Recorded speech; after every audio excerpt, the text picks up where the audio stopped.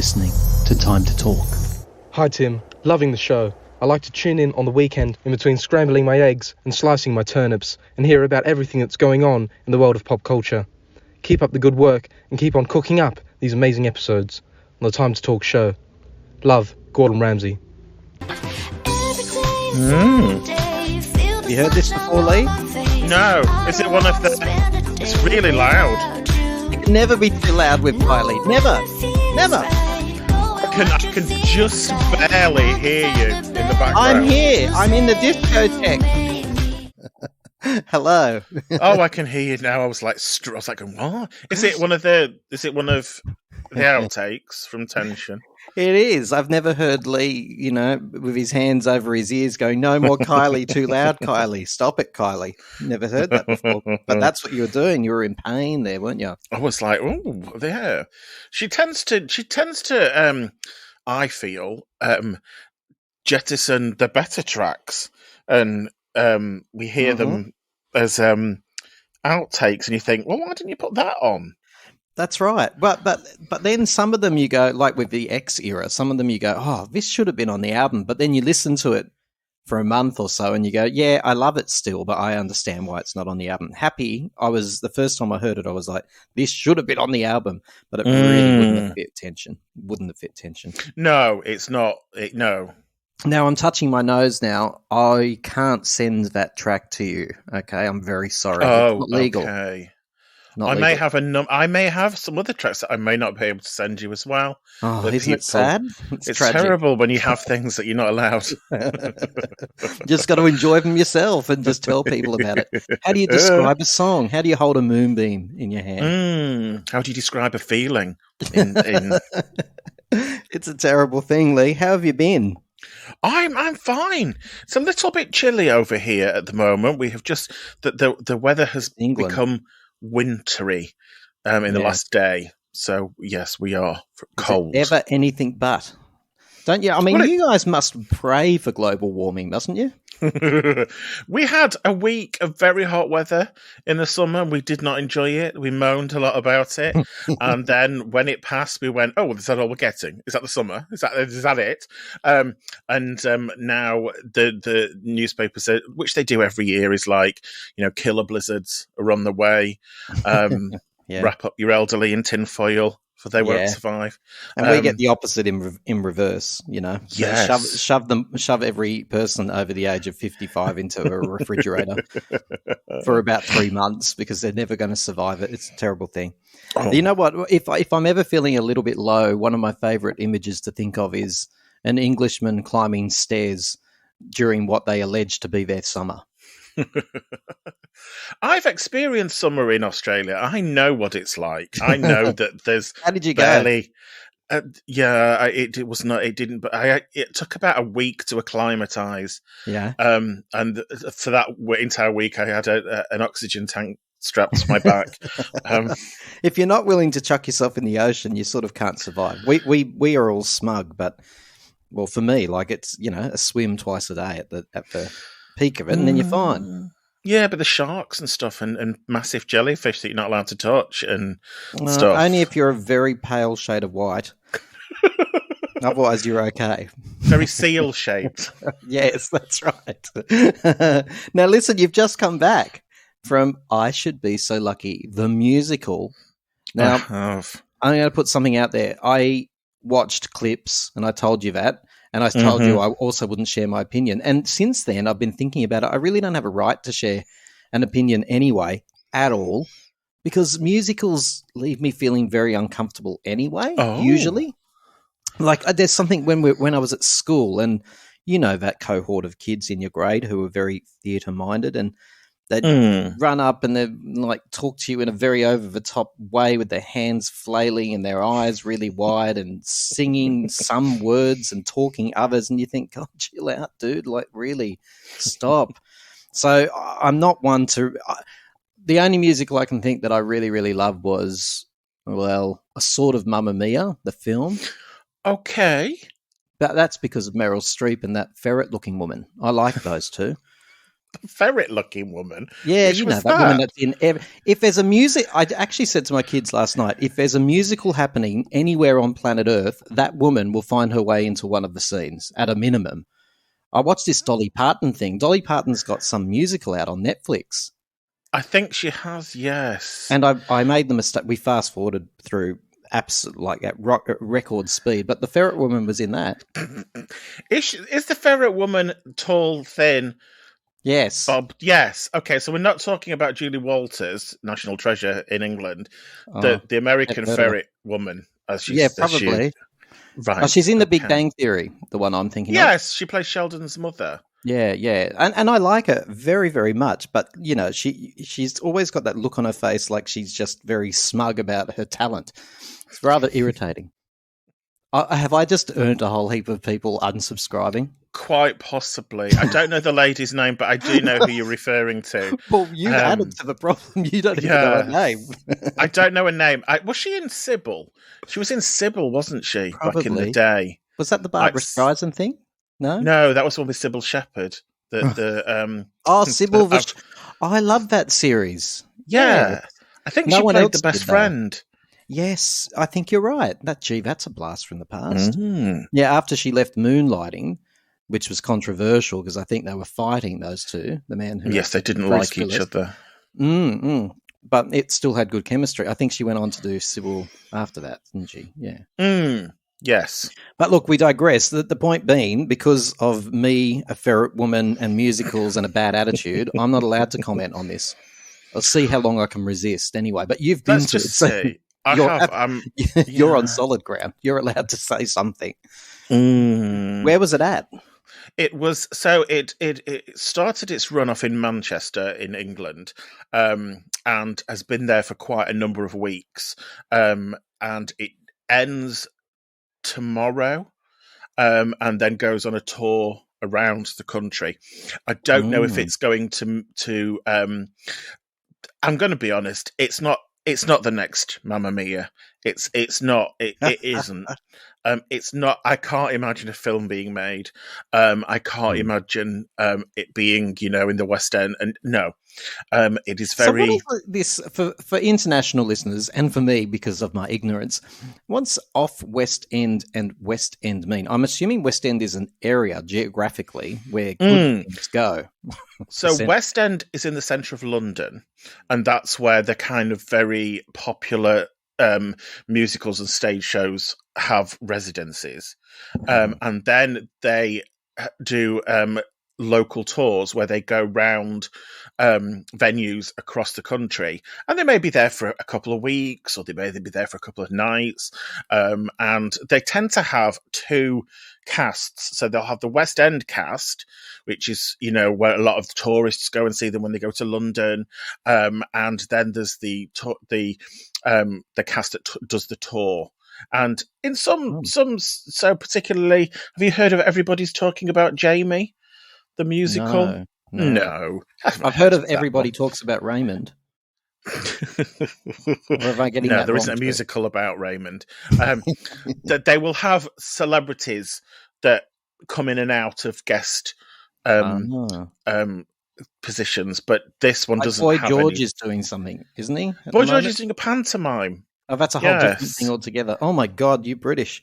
So hang on, can I just try to recap? We've got West End, good things, fixed residency, off West End, little experimental, short-term, sometimes travelling things. Then we've got the same thing with Broadway, off Broadway. Yes. And West End is a place, isn't it? It is. It is in London, yes. It's a whole sort of block with all the famous theatres. Because the Pet Shop Boys did West End Girls, and I've always wondered, is it a street? Is it a town? Is it a suburb? I don't know. It's kind of like it's a couple of blocks yeah. All right, there you go. And so you saw an off West End show called I Should Be So Lucky, the musical, which is which was fixed for a couple of weeks and now is about to go and torment the rest of England. It is indeed, yes. It is. Yeah, it. I do this for the listeners, Leigh. It's not because I'm stupid, because my listeners. People need to understand. Yeah. So obviously the title I Should Be So Lucky is the title of a Kylie Minogue song, Yes. and it is what is called a jukebox musical, which means that there is no. So, for example, the Phantom of the Opera, the music for the Phantom of the Opera was written specifically for the Phantom of the Opera. Right.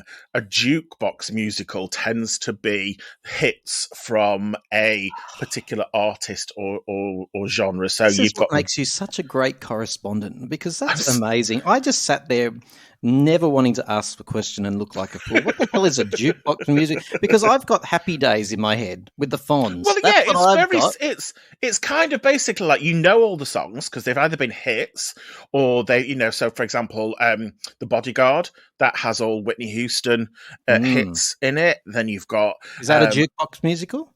They would call that a jukebox musical because it's popular tracks that people know. So this one is not about the production team Stock Aitken and Waterman, but it is using their music. Got it. Can I just ask, are you old enough to remember the jukebox? I am. I used to use jukeboxes in shops. Did you have them over there? I think they were. I always remember them as being a bit of a sort of a retro thing, right? So they came after they were extinct everywhere else. Yeah, we didn't tend to have them in. Do you know, like diners when they used to have them in the booths? We didn't tend to have that, but I had a family friend who threw a party and they hired a jukebox, and I managed to. That was my position the whole night. Other people were having fun near the pool, getting a drink, talking to each other. I stood next to the jukebox, fascinated by it, pick up the vinyl and move it over and put it on. And people got quite annoyed with me because what do you think I programmed? It must have been about 1989 because I remember Hand on Your Heart was the big one. Yeah, was it like Kylie singles one after the other? Yes, and someone came up, can you maybe play something else other than Kylie? And I'm like, no, I can't. Not at all. But could you not just have had a DJ? That would have been slightly less troublesome. That's such a Ricky Gervais moment. I prefer a DJ. Yeah, it just makes more sense than having to keep putting coins in a jukebox. No, it was coinless. You didn't. They paid for it. Oh, so yeah. Okay. Yeah. I think I've digressed again. I apologise. Oh no, that's fine. That's fine. So yes, it is a jukebox musical which is using the music of Stock Aitken and Waterman, but in a very Mamma Mia style way. Okay, so it's not, not that anything could possibly spoil this, in my opinion, but generally what is it? I'm assuming it's a young man and a young girl fall in love and then the hilarity ensues. Oh, how can so it is? It's a budget Mamma Mia. I'm going to be honest with you. No. It's basically there's a young couple that are going to get married, and he jilts her at the aisle. Oh. And she then decides that she's going to go on the honeymoon anyway with all her friends. And they fly to Turkey to a resort, a honeymoon resort. And that's a bit of Muriel's wedding, by the way, what you're describing. It is a little bit. Yeah, there's a little bit of Muriel's wedding in it. And then her ex-fiancé decides that he does love her. It's quite confusing. I'm going to have to say there's plot lines that I was like thinking, ooh, that's strange.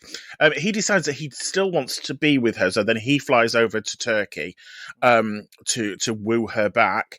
In the meantime, she has become attracted to a very swarthy Turkish gentleman who is a bit of a Lothario.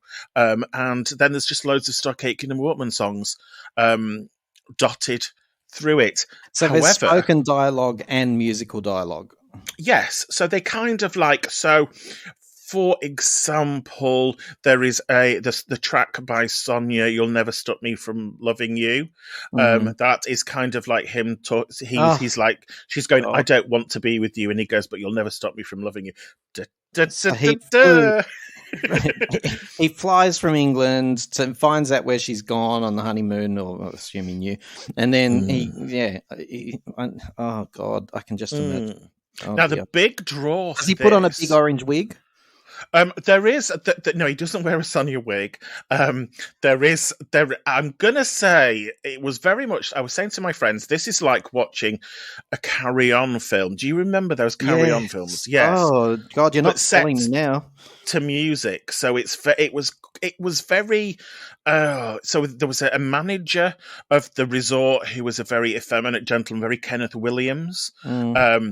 We had her troupe of bridesmaids that, you had the kind of the saucy lady one, the fat one that nobody likes. Oh, stop it. This is such full of stereotypes then, is it? I have to say that it did feel a little bit... So the Turkish man would have been a really racist version of a Turkish man. Well, there was a Turkish gentleman in it who was a masseuse who... of course he was. He did give a massage to her gay best friend, because there's always a gay best friend in the musicals now. Yeah, but the big draw... about it is that Kylie is in it, albeit digitally. There's a character, the main female character is called Ella, and Kylie is her kind of like muse. So at various points when this character is in her hotel room by herself, a huge mirror comes down and then Kylie appears. And I have to say, she looks bloody good in whatever filter they were using for that. She looks good. And what does she do? Does she give advice? Does she sing? She kind of like, so she doesn't do any singing. She gives advice to this character. And then at various other points, she appears on the screen, kind of dancing along to various tracks. And is the advice really good advice, or is it just like follow your heart? Yeah, it's very much like that. It's like, she's like, I can't tell you what to do. You've got to follow your heart, like in an Australian accent. Okay, no, she doesn't. She talks in her own voice. Yeah. I can do that for you then. Love, oi, yeah, you. Oh no, that's British. No, sorry. Hang on, I've got to get it right, Leigh. Otherwise, I won't. It's like a sneeze. Struth, what the hell are you doing? That Turkish man's a complete pile of you know what. You got to go after that one that you really love. Follow your heart. Bob. Yeah. And nobody else references her. Helpful to everyone. It's nice to have a demonstration in the middle of a review. Yeah. None of the other characters reference Kylie. It's just that only this character can see her. And then at the end, she kind of like goes, what will I ever do without you? And Kylie goes, but I've always been you. And they touch hands on the mirror, and then Kylie disappears because it was her inner Kylie all along. She could have sung "Lost Without You" from Golden at that point. She could have, although not that's a not written. PWL. I know. A little bit of variety. It's a jukebox. It's a jukebox, but it's Stockett and Walkman. So I reckon Kylie would get paid for something like that. I've always wondered this sort of thing. When a star pops up, it's a little bit more substantial in this one by the sound of it. She comes up, but sometimes stars pop up for 2 seconds and just wave and leave.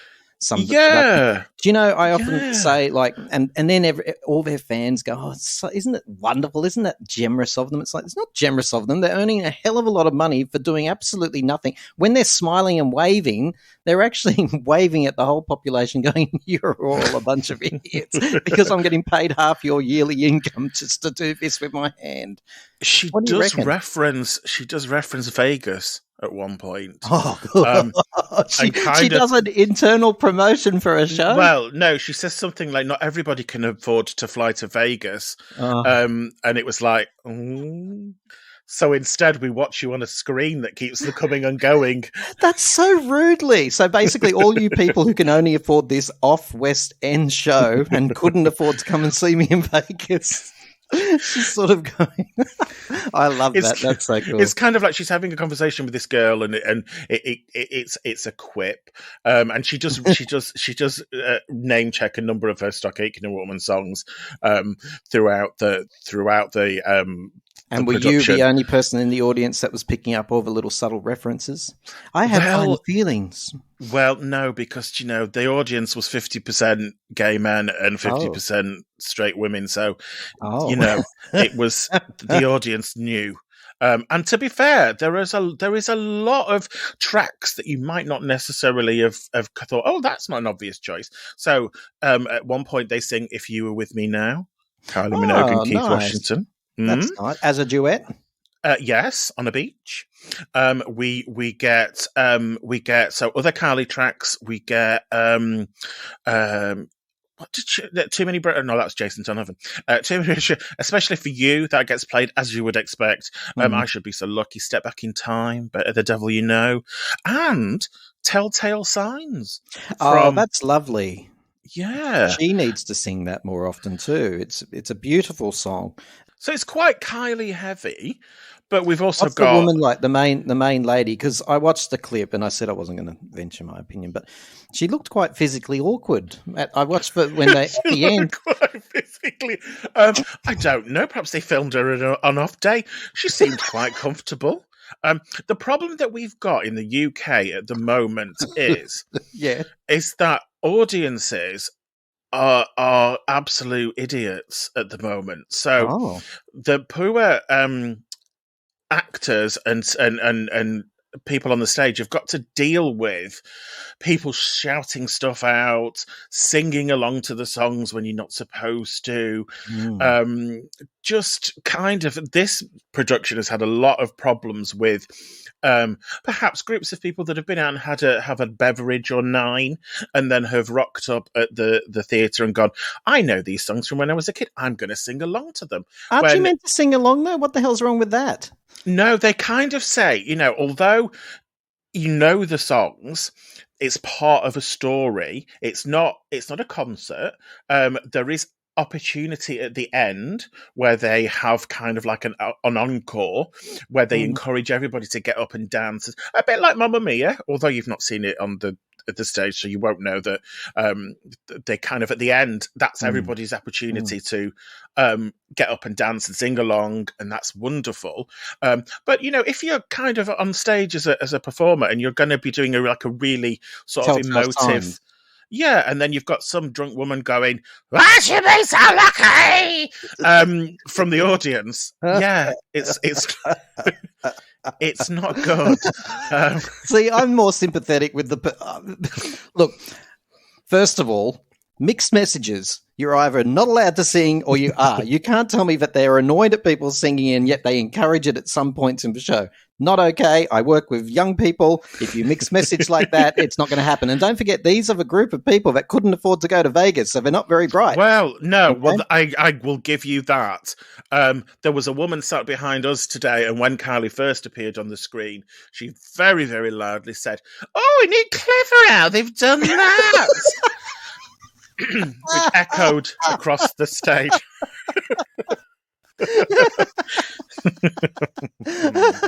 Yes, that got old quite quickly. Yeah. How old was she? I would say she's probably sort of like early 50s. Well, there's no excuse. She's been around for long enough to know about computers. Yeah, very Karen. Very Karen. People have been removed on a number of occasions. The security have removed them and said, "No, you're disturbing it for the." From I Should Be So Lucky, the musical, people have been removed. This is a problematic production, right from the beginning. By the sound of it, once just when It's not just this one. It's been a number of them. So previously to I Should Be So Lucky, we had The Bodyguard at the same theatre, and they had problems with drunk women singing I Will Always Love You out of tune very, very loudly at the opportune moment. And then get very aggressive when they're asked to shut up or they'll be removed. I don't know whether it's just a British thing or whether other places in the world experience this. I don't know, but and it wouldn't happen on West End, I'm assuming, only off West End. I don't know. I think it has it has happened in other places. I don't know whether I think the West End's supposed to be quite sort of highbrow, isn't it, and quite expensive and blah Leigh, blah blah. If you can lean in a little bit, because I don't want you to be offended. I want you to see I'm very sincere. Okay. Were you given a warning or told you might be removed? I was not, because I am very properly brought up, and I were did your hands what in I your was. lap, were they? My hands are in my lap. I may have nodded my head gently in time to some of the music. What about your fingers? Did they go right, left, right, left? Yeah, there might have been some knee tapping. Your mouth didn't open. I may have mimed along, but there was no sound coming out.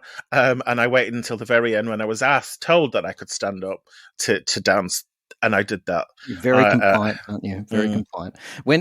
I have to admit, if I was in the audience, I probably would have been compliant. Except if they sang a Sunita song, I probably couldn't have resisted yelling out "Boo!" Oh boo! dear! Well, you would have been happy because we had "Toy Boy" by Sunita. No! How could they get that in there? That was in there. That was when they're in a nightclub, and some of the ladies are attracted to some young dancers. So we had "Toy Boy." It sounds rather literal, not subtle at all, right? No. Like, for example, I'm over here trying to get my girl back. You'll never stop me from loving you. Yeah. I mean, if I read some of the other songs that you'll kind of get, there's Better Off Without You, Hazel Dean. That was when, she said, I don't want to be with you. I'm better off without you. Never Gonna Give You Up by Rick Astley. There was a very, very strange rendition of You Spin Me Round Like a Record by Dead or Alive. So up until this point, the jilted bride didn't know that her ex-fiance had arrived in Turkey with his friend. He was trying to keep himself incognito. So he followed her to a discotheque where he dressed up as a Turkish waiter, complete with moustache and sort of Turkish attire, and did a Turkish version of You Spin Me Round Like a Record. What the hell is a Turkish version of that song? In Turkish? Not in Turkish, but using a comedy Turkish accent. This is sounding like the worst. I have to go now. It's so one of those that's crossed the line into just, you don't go for the musical, you go for the tragedy of it all. I'm there. Yeah, it was strange. It was just, but it was strange. There were tracks that I had forgotten about. The Heaven I Need by the 3 Degrees, that was used a number of times. What else did we had some Mel and Kim. There was a little Mel and Kim medley, Showing Out Respectable. That's the way it is. Yeah, it was interesting. I don't think it's going to win any BAFTAs. I don't think it's going to get a Tony Award. No, certainly not. And you're a very generous reviewer, I've got to say. You're quite a supporter of the arts and all of that sort of stuff. So this is pretty big coming from you. While you've been talking, I was looking up some reviews. As I thought, will the British tell the truth about this? Because sometimes they don't, frankly. But listen to this. This is one review from a gentleman called Nick Ahad. I'll skip through, the introduction and all that. It said, nothing can hide the utter bizarreness and often quite offensiveness of the story sandwiched around the perfectly crafted pop songs.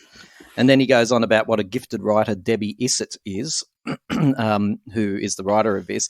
But this is her talent isn't evidenced here, where Turkish waiters have Manuelian accents and where a joke about a masseur called Hassan willing to give you Indian head makes it past the taste filter. Yes. There is that part. Oh, yeah. Actually, I'm starting to like this more and more. It sounds like it's, Debbie Issett is not bowing down to the woke brigade. I like that. That's good. And then here's another one.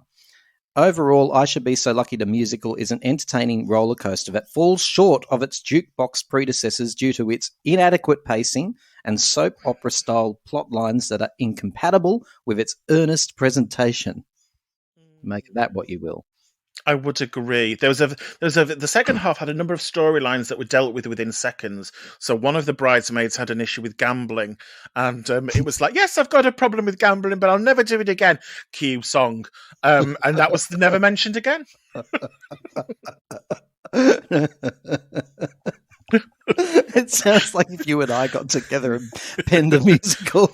Yeah. How can we squeeze this song in? Oh, what can we fit around this track? Oh, I know. Let's say they've got sort of like a brain tumor or something like that, but then we'll never mention it again once the song's finished. Put your hand on my lump and tell me. Yeah.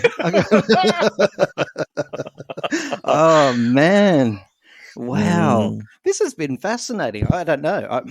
I'd love for people to tell us. Leave us a comment. Send us an audio message. Have you seen it? Would you see it based on Leigh's strange review? Well, he's categorized it as strange. I would be there in a heartbeat now after listening to this. It's crossed the line, I reckon. Would you go back and see it a second time, or was once enough? I think once was probably enough. I think I may go back if there was a guarantee that they'd cleared the building of Karen's and I was safe to listen. Right. Got it. Well, what a great review, Leigh. What a great review. Thank you. Do you mind me asking who you went with and what did they think? I went with 3 friends, and they were very much in the same mind as me. They were like, "What are we watching? What is happening?" And we're just going to go along with the ride because there's nothing we can do about it. Wow! And what did you get a general temperature of the rest of the audience as well? Oh, they were all drunk, so I don't think it really mattered what was happening, as long as there was one woman who was up on her feet as soon as I Should Be So Lucky started, was told to sit down 7 times. So I think they generally thought they were listening to the radio. Most. I love that, and honest, I have to ask this because of the style of this podcast. When Kylie first appeared, what happened in the audience? I had a little audible gasp from myself because we hadn't been told how she was going to appear. It kind of was just said, Kylie is going to be making an appearance digitally. I was expecting perhaps she'd flick up on a TV or something in a room and just kind of like go good eye. But no, she's like got quite a substantial part in it. So you're like going, ooh, and every time the mirror lowers from the ceiling, you're like, oh, she's back again. And she has costume changes, and at the very end it kind of becomes very Aphrodite. She's on a swing with roses and giving I nearly said giving head. She wasn't giving head at all. But at the end, when they all get married, because they all get married to each other, all of the cast, she gives a little speech about love and how love is for everybody. And then goes, I've got to go. I've got a Vegas show to do. Leave me alone. I've got to go. I've watched 3/4 of this performance and I no longer want to be part of it. Up she goes. Oh, man. Leigh, thank you. This has been fun. You're totally welcome. Honestly, I'm sure half the people listening are now going to go and see it. You've pushed for ticket sales through the roof. Take care, Leigh. Bye.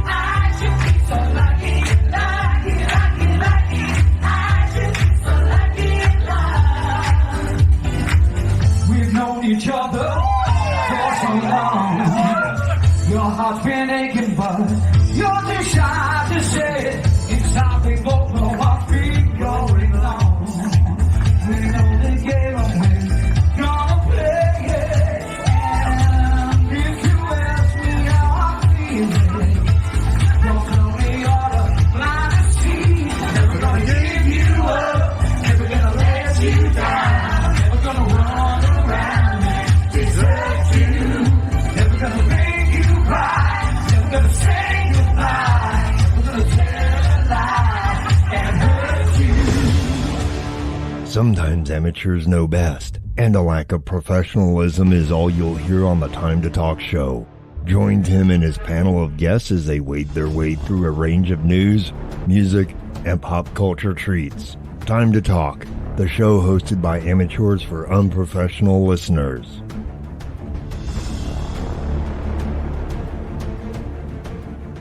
Hi, I'm Michael. And I'm Ryan. And we're the Horror Husbands. But when we're not doing horror-related things, we also do enjoy our pop music. And we know that Kylie Minogue has not done a show in the U.S. since around 2011. So it was a very big deal when she announced she was coming to Vegas, and we just knew that we had to find a way to see her. The residency was worth the wait. It was worth every penny because it was expensive to go. I know it's just, it's hard sometimes these days with the concert ticket prices, and this being a very different type of venue where there are tables and a minimum drink spend and things like that. But aside from that, we just had such a blast. It was so amazing to be in such an intimate venue with Kylie and to really feel like she was like right there next to us. I think, Ryan, you said it, there's not a bad seat in the house. Everywhere, even the general admission, just it felt like we were all together, and it was just amazing. It was amazing. And Kylie was actually our wedding song, but Michael and I had never gotten to see her live together. Michael, you'd never seen her before live at all. So getting to see her live together for the first time was just magical. And she did do our wedding song. So needless to say, there were lots of tears. There was lots of jumping. There was lots of dancing. It was a very emotional experience, to say the least. Yes, and our song was All the Lovers. Yeah, so we got to hear her do that live after, having that be our wedding song a few years ago. So it was really special. Like, it was unlike probably any other concert experience we've had thus far, and I can't wait to do it again. Hey, this is Jeffrey Dicker from Los Angeles, California. Here's my review of Kylie Minogue, Night 3 in Vegas. Well, the first thing you should get used to is the very expensive price. The ticket's pretty pricey, but yet again, it's Vegas, so what do you expect? And if you get a table, which is the recommended option because you'll get a better view, it's quite expensive as they force you to buy drinks that are super expensive. But once you get past the price, she was great. The venue's beautiful.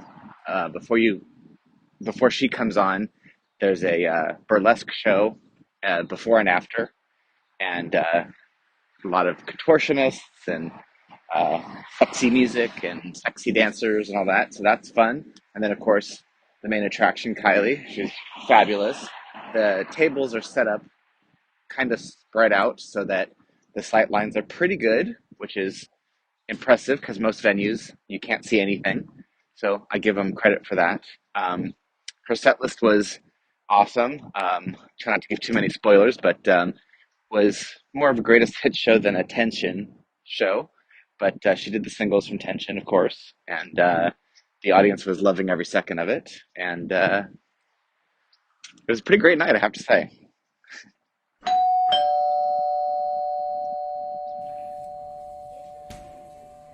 Sarah and Nathan, welcome to the show. Hello, can you hear me? Hi. Yes, I can hear you both. Lovely to see you both, and, well, I can't see you, but it's lovely to hear you both. Yes, absolutely. Welcome to the Fortress. We're here to talk about the future of Kylie. But, Nathan, I would be remiss if I didn't ask how that costume is going for the audience because you're going there, and you've got an elaborate outfit on its way and a plan as well. How's it all going? I have indeed. I've actually got my final costume fitting tomorrow.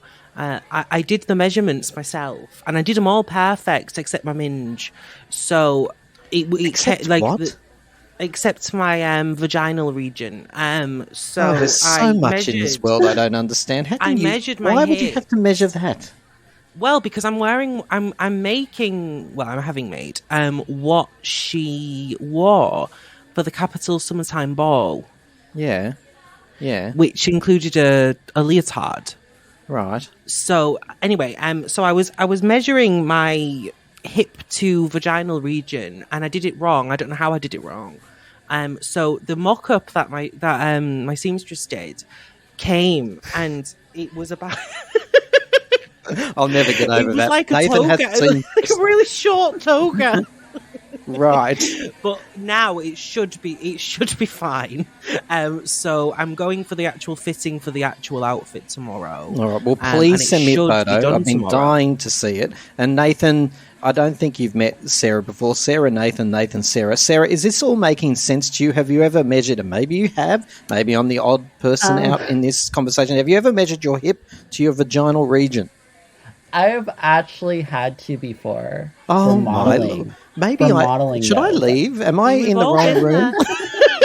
We've all done it before, so I It's totally very feel him difficult. on You've that. got to sit down You and measure it, and it's really confusing. Oh, and yeah, it's it would like be. very specific too. Like if you don't sit a certain way with it, Yeah. it won't be correct, and then it will fit you very weird. Like any type of attire you're wearing, it's just like it's a whole thing.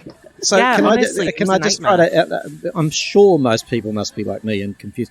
If you get it wrong, then the outfit gets a bit baggy in the crotch area. Is that essentially? No, it was the opposite for me. It could Bit tight. it could be like that, but no, it was more like it fit me perfectly to where like my bottom region, and then I just had two bits of flap hanging down because I couldn't connect them. Godfather. This is I don't know if it's a PG show, but I think we've crossed a line. Is it wrong of me? I don't know, but this is... Well, you asked, Tim. You asked, did. and I told. I did just ask how the outfit was going. I didn't expect such a graphic Well, I recount. had a nightmare with it, and I'm telling you about the nightmare. It's a whole It should be process. fine. It should be wonderful. Sarah, how have you been going? Because it's been a long time since you've been on the show. It's been a long time. It's been a while. I've been, off in my own world, more so working on my own like musical projects and stuff. So it's been quite a long time and been busy with that and just more focused in real life. But I have been listening to your podcast all the time on my rides home and stuff. So And really briefly, if it's possible, what is the Sarah story? For those of you who haven't heard of you before, what's the Sarah story? Well, I am a Canadian artist, and I also do acting as well, and modeling, as I just said. Oh, wow. And so I'm a trans queer artist. I've done my own, I do specifically pop music and EDM music myself. So you can look me up on Spotify, Sarah Kellison, if you would like to listen to my music and everything. Oh, I'm so intrigued about this. Sorry to interrupt. No, of course. But yeah, that's pretty much who I am. Beautiful. And so Nathan does elaborate costumes. Sarah is an artist. I do jigsaw puzzles, by the way. Jigsaw puzzles are fun, though. That's Interesting. fun. I love doing that during Christmas and the holidays, so I totally feel you with that. I am fascinated into your musical endeavors, though. So I might have to try and find you and talk to you about that after this. Yeah, for sure. Go ahead and look it up on Spotify or Apple Music. How do people find you, Sarah? You can look me up, Sarah Kellison, on Instagram, YouTube, Spotify, Sarah Kellison, Apple Music, and any other online streaming platform, pretty much. So I'm following you on Instagram right now. Right now, okay. Nathan Right doesn't muck this around. moment as we speak. Oh my god, I love that. And Nathan, how do people find you again? I'm Crazy Cat Gay on Instagram, Twitter, and all that. I'm not too big. I don't have quite as many handles as you, Sarah. That's but okay. yeah, But on Instagram, it matters because you have the whole costume and elaborate ideas going, which I'm really excited to see all this. Oh my god! Wow, I'm looking at this right now. You really go all fans. out. You really go all out. I'm loving these looks that you're giving on Instagram right now. I don't do cheap. I've said that to you before, haven't I, Tim? I don't do cheap. No crepe paper. These are fabulous. These are so fabulous. Thank you. Sorry, Tim. This is your show. I'm sorry to. No, I'm loving it. I think it's awesome when there's a meeting of minds, and that's what this show is actually about. Don't forget, we're in the Fortress, where there is a diminishing number of people across the globe that care about the age of the megastar and people like Kylie Madonna. It really is. It's diminishing. So when I listen to you two connecting, it just fills my heart. Oh, that's so nice. And I actually really love I met so many different guests through your show, Tim, that I've just connected with and everything. And as well, a lot of us, I feel like you said, it's the fortress of pop in a way. And it's not just the fortress of just these superstars, but we are inspired by these superstars to do what we love to do today. Because I feel a lot of us take from them. Absolutely. Absolutely. Yeah, and Nathan's definitely one of those. I mean, Kylie inspires him, and I mean that, like in many ways. Like Kylie has inspired Nathan, and I connected with Nathan because I was like, wow, I didn't know. Well, it's rare to find a younger Kylie fan where that is happening, that connection and that inspiration, and it has a younger Kylie fan who is so full of opinions. He is. I love it. Not all of them right. I love it, and I can see that like Kylie inspires your work in a way, and she inspires my work in a lot of ways too. Like that's why I was so fascinated to hear. Yeah, absolutely. Because a lot of stuff that I've done in the past was like Kylie inspired, and I'm like, if I wanted to be any like pop star, it would truthfully be like Kylie, just because she has such like a solid foundation and career. And I haven't been like, I actually learned a lot more about Kylie through Tim's podcast, because I've only known about her since 2018 really, because I live in North America in Canada where she's not as promoted, and I feel like I'm on my own island all the time whenever a new album of hers comes out. But I've been like a fan of her since Golden Era really, and but I knew songs before, but not like many. Like it was very limited.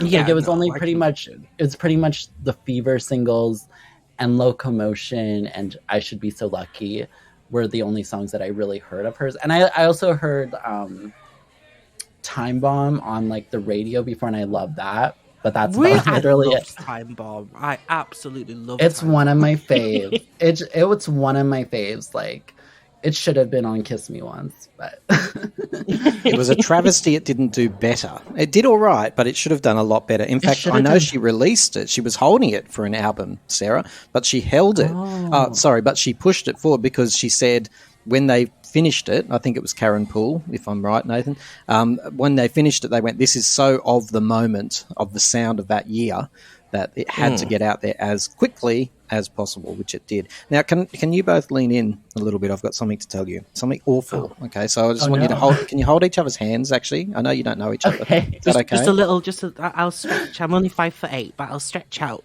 Thank you. I heard, we're here to talk about the future of Kylie because we thought it'd be interesting to say, what do fans think the future needs to be or may be?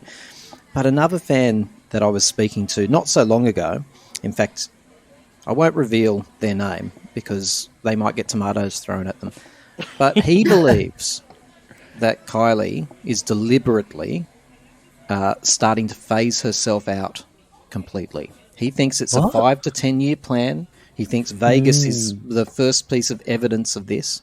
He thinks that she is going to deliberately wind herself back, go out on top, which is a positive, and that within 10 years she will be just a businesswoman. Like, you'll know, she'll still be out there with her name on products and stuff like that, but will no longer be doing what she does best, music. So that's why I asked you to hold hands.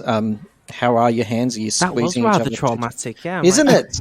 I'd never even crossed my mind. I'm really sorry, Sarah. Yeah, I feel that. Because I was just like taken back by that. But I'm feeling very mixed about that, to be honest with you. Yeah. I'm feeling very mixed right now. If I'm being, aggressively really disagree. You aggressively disagree. I aggressively disagree. Tell us why. Go on. Well, I mean, I just think it's a very naive way to look at things. I mean, to look at Vegas as though it is like a cemetery for artists still, when realistically you've got Adele there. It's just a very short-sighted way of looking at things, I feel. But also, do you mind me just adding some context? Because if they were here, they'd add this. They would say, because I asked the same thing. I said, but Vegas isn't the place where celebrities go to die anymore. That's out of date. But they said no. But Kylie, unlike Adele, unlike Celine, unlike Britney, only has a finite number of fans. So they think that after a year or two of doing this, she's not going to be able to pull the numbers like she is now. Well, I mean, everybody has a finite number of fans. Yes, that's true. Nice point. I have 2 fans. I have one who followed me on Twitter the other day, and I now have Sarah. And those are my fans. That is a finite number. Everybody has finite amounts of fans. Your days are numbered, Nathan. Your day. Yeah, I agree, honestly. Can I just, if you don't mind me saying, like when I heard that as a Kylie fan from the beginning, I was actually more amazed not at what they said to me, but by the fact that I had never even considered it. Honestly, hand on heart, I'll be really morbid. I've thought about over the years when other celebrities pass away. I've thought, how would it be for me? And when she got cancer too, obviously that had a huge impact on me. So I've thought of that sort of thing, but I don't think I've once thought of Kylie retiring because it doesn't seem in her. I feel like I know her quite well, and I don't think she's planning to retire. And so, I thought it once. Yeah, when was that? 2011. 2012, I suppose. 2012. I did think there was a concept that she might, because things just seemed very strange at the time. 2013 as well. That sort of 2012, 2013 region, I did have a niggling worry, and I do think she considered it at that time as well. I do actually think she may have considered it at that time, but obviously she persevered, and I feel has reinvigorated herself through her music. I think she's reinvented herself again and kind of almost followed her own trajectory, if you see what I mean. But that's the only time that I've thought it. Sorry, Sarah, carry on. I get what you're saying, Nathan. Like, I feel like if I could see why in like 2012, 2013, 2014, it didn't feel like she was as engaged, especially during Kiss Me Once era. Specifically, it just felt like she didn't really feel engaged with the music and what she was doing at the time. It wasn't until like Golden Era where I felt she was more like with it again and more engaged, and it seemed more like a happier time, really. Absolutely. Yeah. Most artists that go to Vegas, they're really showing off their legacy in a way. They're more greatest hits shows, which I think is an honor to have. I don't think that's always like your end all sort of thing. And I feel like it gets a bad reputation for that, but I feel it's a great thing, especially for Kylie, because she isn't the most known in North America. And I think it's a really great opportunity for her to even just expand more. Absolutely. On the other hand, I do recognize that she is getting older, similar to like Madonna, where we see with Madonna, she's not as with it more with age. I feel like in Madonna's case, it's more... I feel she just tries hard and she's going through a midlife crisis, truthfully. I don't think Kylie's going through that. And I love Madonna. I'm a lifelong Madonna stan, but I can objectively say that that's what it looks like right now. And I can tell that she's had to like slow things down, especially on her celebration tour.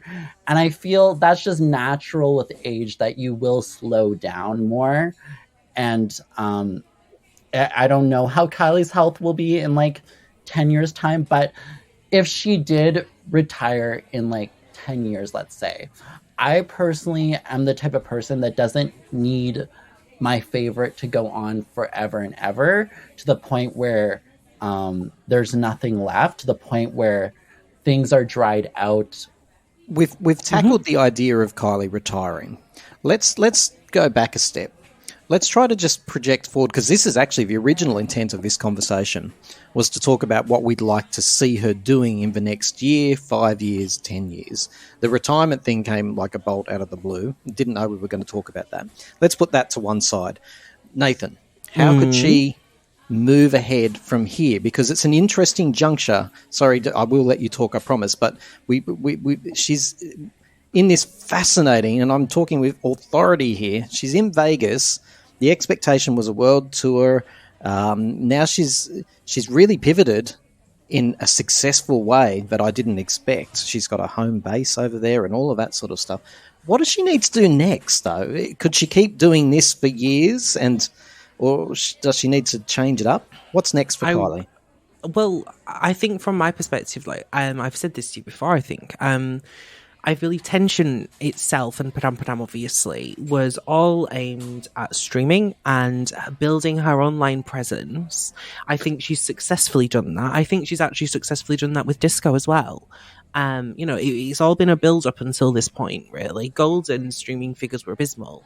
And then discos were significantly better, and tensions overall, including Padam Padam, obviously, are astronomical in comparison. However, the album tracks are not as much. Over the next year, I honestly believe that she's been working on KM17 for months now. Yeah. I think she saw the success of Padam Padam, and she knew exactly what that meant. I think she just looked at herself with Spinning Around, and the Light Years album, and I think she knew that she had to replicate that very quick turnover for a new album with hopefully a lot of producers queuing at her door.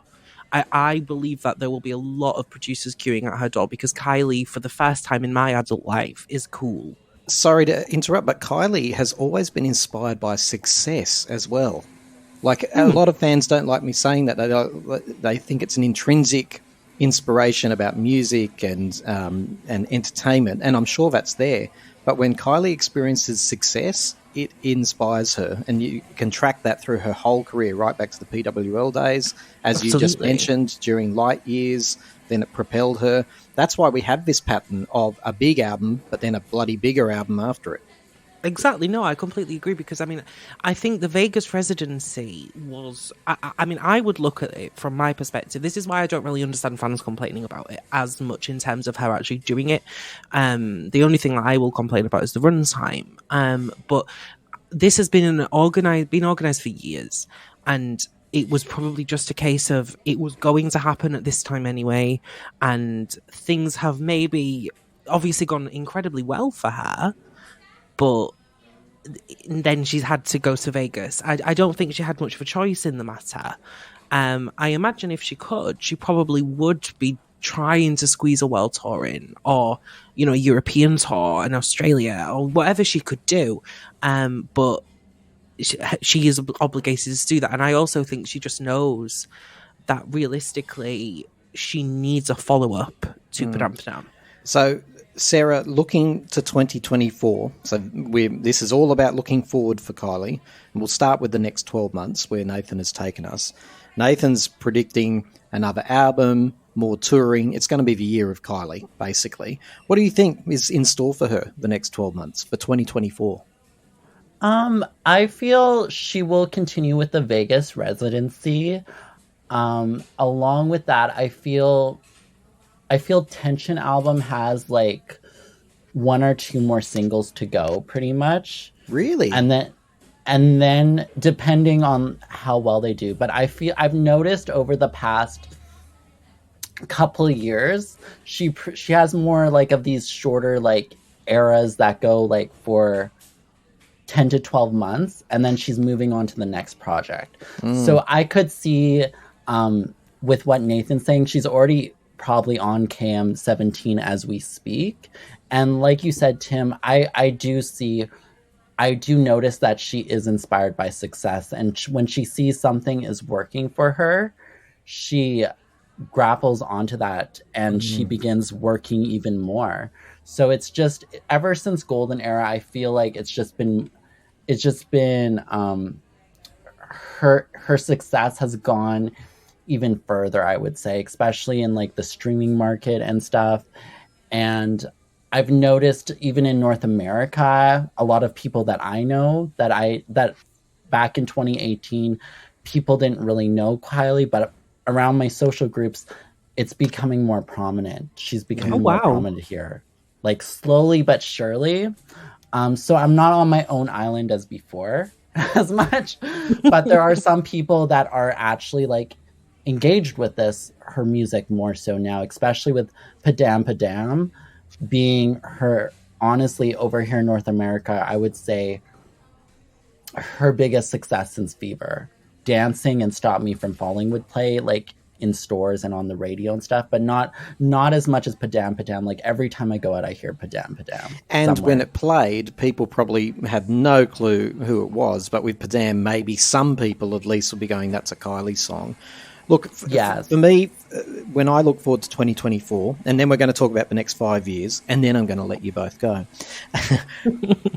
First of all, I believe the tension era is done. I don't know if that's, and I don't mean that in a pessimistic way. I think it's done. I think that Kylie Christmas kicks in now. That's what I think. As we lead up to Christmas, I don't know if she'll do anything around it, but certainly Santa Baby's already up there, number 3, I think, in the Spotify for her, and it always is year after year. But 2024, I think she's going to, exactly what you've both said, fresh slate, new album, pretty much to build on. Basically, I believe that this song, Tension, is going to be the template. Obviously, Padam as well, but the song Tension is going to be the template. I always wish with the album Tension, if it had been Padam and Tension, that sound throughout the whole thing, I not agree. the fusion of Golden, I think we would have had an unbelievable success. So I think that I reckon they're onto it. I reckon they know we need an album full of that type of sound that the song Tension gave us and Padam gave us. And I reckon that's what we're going to see. I could see that. I could see it being more driven to Padam sound versus, because I feel, to be honest, I feel like Tension is it's like Light Years in a lot of ways, where it has a lot of different sounds, but I felt like some of these songs could have been on disco. Yes. And so it's coming off the heels of that. And then, like you said, there are some, specifically Story, that sounds like it's from Golden Era. So I feel like she's going to try to make a whole entire sound off the sound of Padam and just go with that. And it's going to be kind of like an album that fully sounds like that. And Sarah, the visuals as well. So when you're like, I am probably the world's biggest fan of the Tension song video clip. I think it's so incredible for Kylie, like the production value of it, the cost of it. It's a nice, expensive, glossy looking thing. It's really innovative. But my main thing is that Kylie didn't have any sarcasm in it. Like sometimes when she does a big budget video, there's a little bit of a wink and a nod. They even do a little wink and a nod at the end of Padam video, which annoys me. I wish they'd taken that little smile out and just kept the character. But I think that even stylistically, that's where they're heading in 2024. A little bit of a futuristic older woman overseeing the pop world. Well, she did say that she has realised with Padam specifically that the big videos are necessary. So, and the only other thing I had to say about 2024 was I do think this will be the year where we see some sort of collaboration with someone American and epic. It's either going to be Madonna, Dolly Parton, or someone else who's like of that ilk, like that stratosphere. Can I be completely honest about that, though? Yeah, go for it. I believe that the time for a Kylie and Madonna collaboration has been gone and is now buried. I honestly believe that. I would have loved it in 2007. I would have loved it in 2010, or maybe in the early noughties of like maybe 2001, 2002. But I think it is dead. It is buried. I'm going to argue with you, Nathan. I don't think they've ever intersected in their careers more than they are now. I know. Yeah. But what I'm saying is that I hope it's buried. I like, I feel the right time for them was in that noughties era of 2000, 2010. I think that was the time that it should have happened. And because it hasn't now, I would hope that it doesn't happen. And I know... Sorry, carry on. I feel like there were many different times where it could have happened. If it was going to happen, I would want it to be under Kylie's vision more so than Madonna's vision. Because I do not like... I'm not a fan of the collabs she did recently. Like I wasn't, and I'm a huge Madonna fan. Like I am the biggest Madonna fan. Like she is my girl, she is my queen. But stylistically I like Kylie's sound and vision where it is now, and I feel Madonna could fit that in a way, because I feel Madonna fits like the Tension sound is kind of reminds me of stuff from Confessions era, and I feel that's where Madonna, in my opinion, should be going more so, and I feel that would fit her better, rather than all these like trap tracks she's done in like the past couple of years that I am just like, I can't with that. Like Tim said, there are many past that crossover now where I feel it could happen. I would just want it to be under Kylie's vision, whether that's a collab song or I would honestly be okay with them like performing live together. Whether That'd it's one cute. of those songs. Like I feel that would be doable. And I do like the Celebration tour and how that's been all done and everything. So I feel it's very possible that they could do this where it's executed properly. I just don't want it to be a collab that falls flat, you know, because you have two of the greatest minds in pop music together. I would want to see something that's sustainable, that's timeless, that we're going to remember forever. Absolutely. Yeah. It would be probably the worst case scenario if they finally did and it was substandard. That would be a disaster. Let's look forward to the next 5 years. So we covered 2024. What do we think Kylie's going to be doing over the next 5 years? I'm talking, I'll get your brain juices going here. We could be looking at films, retrospectives, like, in other words, maybe redoing her back catalogue, musicals. Who should she be collaborating with? Maybe she returns to some old friends. Who knows? Nathan, have you got a 5-year plan for Kylie? Well, I mean, if I was in charge, I would probably be like, okay, Kylie, I know you love. Is it Biff? Biff, yes. Yes, I would say to Kylie, I know we love Biff, and I love Biff too, but let's limit him to 4 songs an album, and that would be my first thing. I would be like, that is your hard rule, Kylie. Please do it for me. But I honestly think new blood you want. Sorry, you want new blood. Yeah, I want Kylie. Well, there's a reason Padam took off, and I mean, I think Lost Boy had a great deal to do with it, and I also think, you know, it just makes sense. But I think there's going to be a lot of producers at Kylie's door, as I said. I think her next move is to attempt to recreate Padam's virality over social media, over the internet, and really cement that there is no doubt in people's minds that Kylie is back. I think she could use Vegas as a springboard. She could use it in the sense of, oh yeah, well she'll maybe do 3 months of shows in a year, and then use that as a springboard to go out into the world. Because if there's props at her Vegas show that she gets, like, hopefully she is going to get props, like I said to you the last time we spoke to him. You know, if there's a load of props and all of these things, like, I'm assuming she'll be able to take them with her. It could potentially lower her costs and make her show look fantastic. And I hope for Kylie that this is the trajectory of the next 5 years. I hope there is another Padam on the horizon. In terms of films and stuff, I think she's going to, if this plays out the way that I believe it will, I think she is going to be way too busy. And thank God for that, frankly, because we don't need Kylie to be pursuing bit parts in films anymore. Absolutely. No. Look, put it this way. If Kylie does do a film, I just want her to do something lovely, a bit like The Delinquents, you know, that's not... The focus is on the writing, and she can really get her teeth into it. And I don't actually want her to do a film, but if she had to, no more little bit parts like Holly Motors and all that sort of rubbish. Do a proper one where you are the lead and you do a real Bette Davis. But what I mean by that is the golden age of Hollywood. Play that role, because I think she can do that really, really well, because she's got class and dignity. So playing a little bit of herself. Oh, yeah. Sorry, just collaborations. Yeah. I would hope for Dua Lipa. I would hope Dua Lipa and Kylie are going to. Have they already collaborated? Yeah, but it does. I don't count that. I hope so. I hope for something much more substantial. I hope for an actual song and a lead single. Even I would love that, because I feel like their aesthetics merge so beautifully. Because obviously Dua is so inspired by Kylie.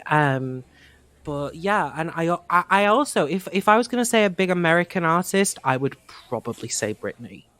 That would be my. Wouldn't that be would awesome? be who that I would. That would be really good, because I see like Kylie as like the older version of Britney in a lot of ways. Like, absolutely, and that's how I've like always like viewed her, like Kylie's like actually like to me like a mix of Britney and Madonna. That's how I've always seen it.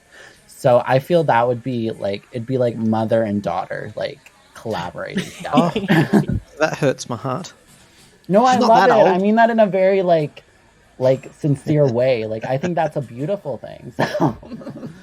The thing is, Britney's been mobbed by the press and things, and I think it should she be wanting to go back into music, I can't think right now of a better wing for her to go under than Kylie's. I think because of the direction she's going, it is very much something that Britney could do.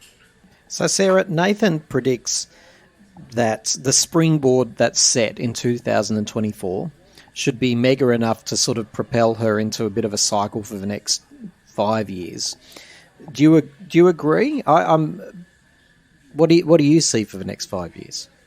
I could definitely see that, especially with the success she's having now, because I've seen it as like a build up from each album. It's kind of like since Golden, I feel like she's like reset her career in a way, and I feel she took years off from Kiss Me Once to Golden to really focus on sounds she wants to do and music she's comfortable with.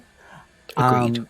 I feel, we are going to see another Padam. What I would also like to see for me personally, and I feel I would like her to explore like other genres of music. Like I would love to see her do like Robbie Williams did a swing album years ago. I would love to see her go in that direction and try different things and experiment more. And I would love to see another anti-tour. Oh, yes. Yes. Because I feel there's so many songs she does not perform that I feel need to be performed again in some way. Justice for Please Stay. That's what I'm going to scream from the rooftops now you've said that. I'm justice for Word Is Out and anything else. Oh, yeah. Because I feel there's missed opportunities with that. I feel there's a lot of missed opportunities with that. And I have like a million ideas for that song in my mind. I love Word Is Out. But Please Stay and Word Is Out don't fit the criteria for an anti-tour, though. No, I know. But like, it is a Just song that pointing is it very... out. I'm just being a smarty pants, that's all. Well, Please Stay's only been I would performed love on to see one Word Is Out tour. on a main tour. I would love to see Word Is Out on a main tour. I actually think on Golden, she could have done a saloon version of that. That would have been fun.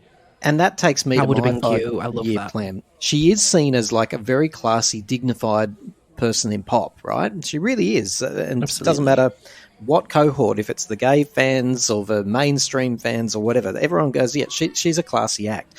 So I think that on that, in that spirit of what I said about like a golden age of Hollywood film, I think, as you just said, Sarah, I'd love to see her revisit the Smokey Jazz album that she's been sort of speculating about doing for years. I think that could come into the next 5 years. I think lots more intimate shows within the bigger tour shows. If she can manage the bigger tour shows, fantastic. But I think she needs to, forever in her career, maintain Vegas as a bit of a base, and intimate shows across the world need to be part of the gig over the next 5 years. Some of this, though, my friends, relies on, there's a variable in all of this.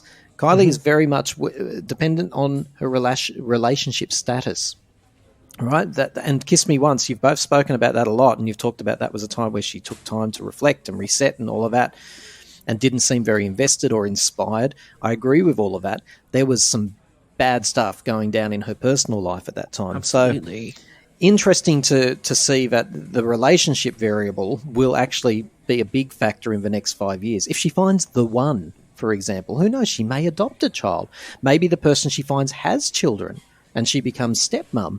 And so all of that has a big bearing on whether she's going to, especially at her age, settle in one spot and want to travel as much as she always has. She's such an international traveller, this lady. What did Leigh, our guest, he calls Kylie a citizen of the world, which I really love. So yeah, there is that variable with the relationship as well. I don't know at her age if she would want kids necessarily, or if she wants to settle, maybe she just wants to date around. But, we'll just have to see with what happens. we're going to round this out, Nathan, because we're on a short time frame here. But your final thoughts around the next, the future of Kylie's career. I think it's very, very hopeful. I think things need to line up. I think she needs to, really be pushing for that second Padam. But I really do think the future is very bright for Kylie. I think she has a whole new market to potentially get her own little slice of in America, especially after Padam. And I so hope for her that she manages it. In regards to her relationship status, I kind of can't see it for Kylie. I feel as though she has now gotten to a point, especially since, like you say, Sarah, since Golden. I feel like Kylie is so dedicated to her career, and I think she is so invigorated, especially after Padam. Work is her I love. Cannot see her stopping. It's true, but when the right person comes, though, she does put everything into those relationships when they come. They're pretty short and intense, I've got to say, when they happen. Yeah, well, we'll see. We'll see. I would be surprised if she did right now. I really, really would. I feel as though Kylie I think she's so invested in what she knows she needs to do right now. And I think she knows that one of the things that she needs to do right now is to brighten that star that she's made for herself, really brighten it, reinvigorate it. And I think she's successfully doing it. And I think she knows she's successfully doing it. So I don't think she'll want to stop. But on behalf of most of the fans, I just need to say, I do hope Kylie finds that companionship.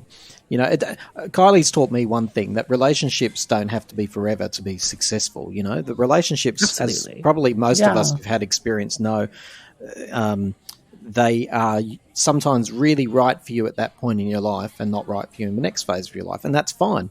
So, but I just hope she finds companionship. I don't like, and I'm not buying into the media image, but sometimes I do wonder if she's quite lonely at different times. She's got beautiful friends around her, lots of long and enduring relationships, that's for sure. Certainly got her family.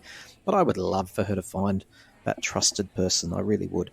I hope it can happen. Hey, Sarah, have you had fun? I've had a really great time. It felt good to be back and everything, and I felt like I got a lot off my chest, to be honest. I'm glad to hear that, and I'm also, through you and Nathan, learning how many times a week people measure their chests, unlike me as well. It's a remarkable thing. I didn't know this was going on under my nose, so to speak, around the world. It's an amazing thing. And Nathan, have you had fun? I have had a wonderful time, and it was wonderful to meet you as well, Sarah. Yeah, it was nice to meet you too, Nathan. Well, I hope you've had a lot of fun, like I have. We've had fantastic people on the show today. Thank you to all of those who sent in reviews of the Vegas show, just to make us jealous. It was great to hear a couple of those in this episode. By the way, a quick shout out. This is your last opportunity, or second last possibly, to review our show and go in the draw to win the red vinyl of Two Hearts. We're drawing that around December, the middle of December 2023. So, and all you have to do is give us a rating on a podcast channel, not YouTube, out of 5, using the star system that most of them use, or whatever they use. You'll get one entry into the draw. And if you write something about the show, and it doesn't have to be 5-star, all of you are entitled to your opinion and you'll all go in the draw. If you write something, then you get 3 entries into the draw. And I've got to admit, there are quite a few in there, but you've got a bloody good chance. So head to the podcast app that you're using. That could be Apple, Google, Spotify, iHeart. We're on all of them. And leave that review. Send me evidence at timetotalkaustralia@outlook.com. Just send a screenshot. Let me know that you've done it. And I literally handwrite you and pop you into the draw. I'm really looking forward to giving that away before Christmas time. Perfect Christmas present, right? I hope it's in good condition. I keep saying that. It's in a cardboard thing and I cannot be held responsible for when you open it. It's not like I'm JB Hi-Fi. You can't return it to me and say, it's got a little bit of a mark in the corner. I have no idea what the quality is. It's just unopened. So fingers crossed. Listen, it really is lovely to have you in the fortress. Thank you for listening, and I'll be talking to you again really, really soon.